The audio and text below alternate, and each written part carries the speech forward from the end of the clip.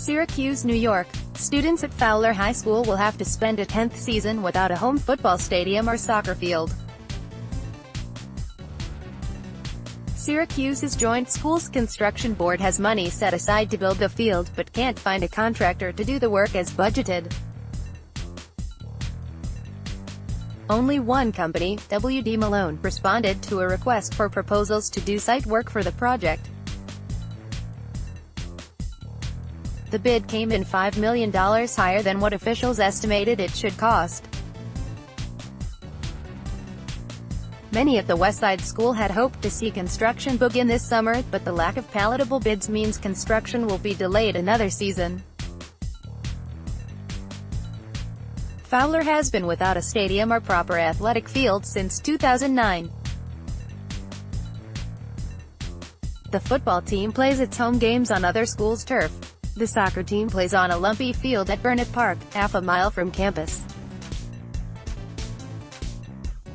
Other city schools have installed new turf fields while Fowler athletes have gone without a basic place to play.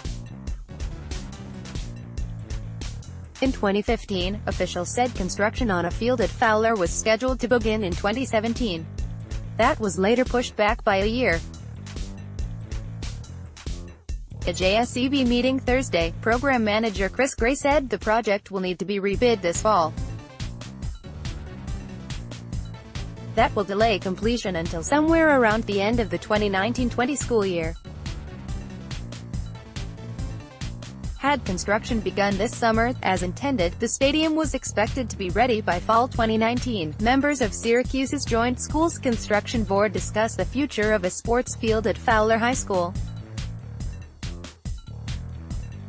From left, Charles Marihu, Mayor Ben Walsh, SCSD Superintendent Jamie Alicia, Common Council President Helen Hudson, Calvin, co-writers and Board Secretary Joseph Berry III.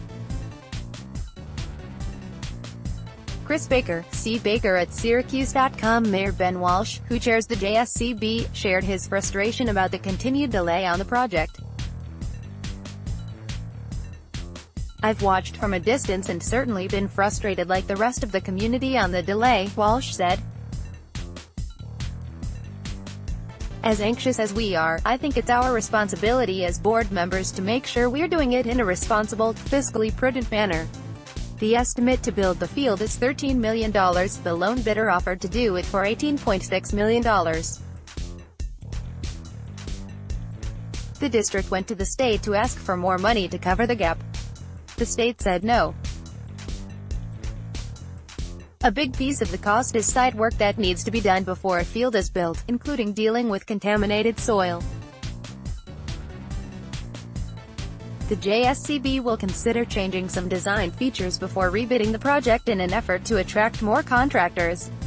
Gray said multiple factors contributed to the lack of competitive bids.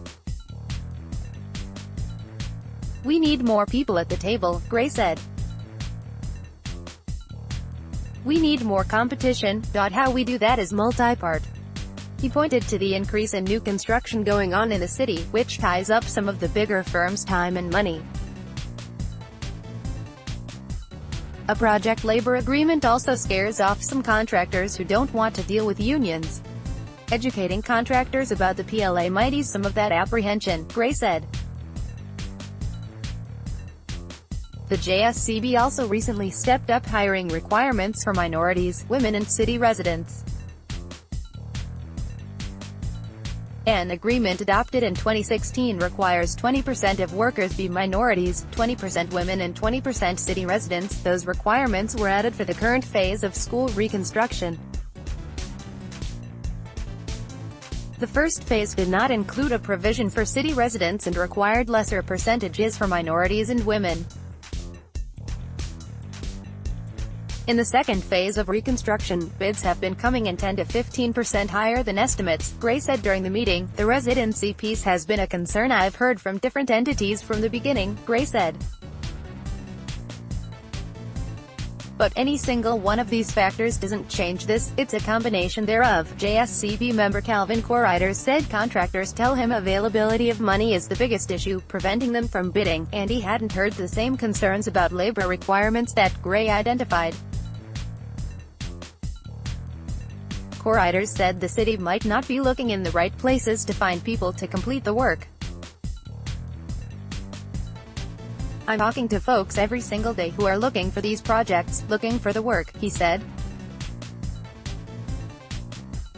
"They meet the requirements, it's the capital." He suggested the city partner with groups like Home Headquarters or Center State CEO, who may be able to provide money for projects with some type of revolving fund.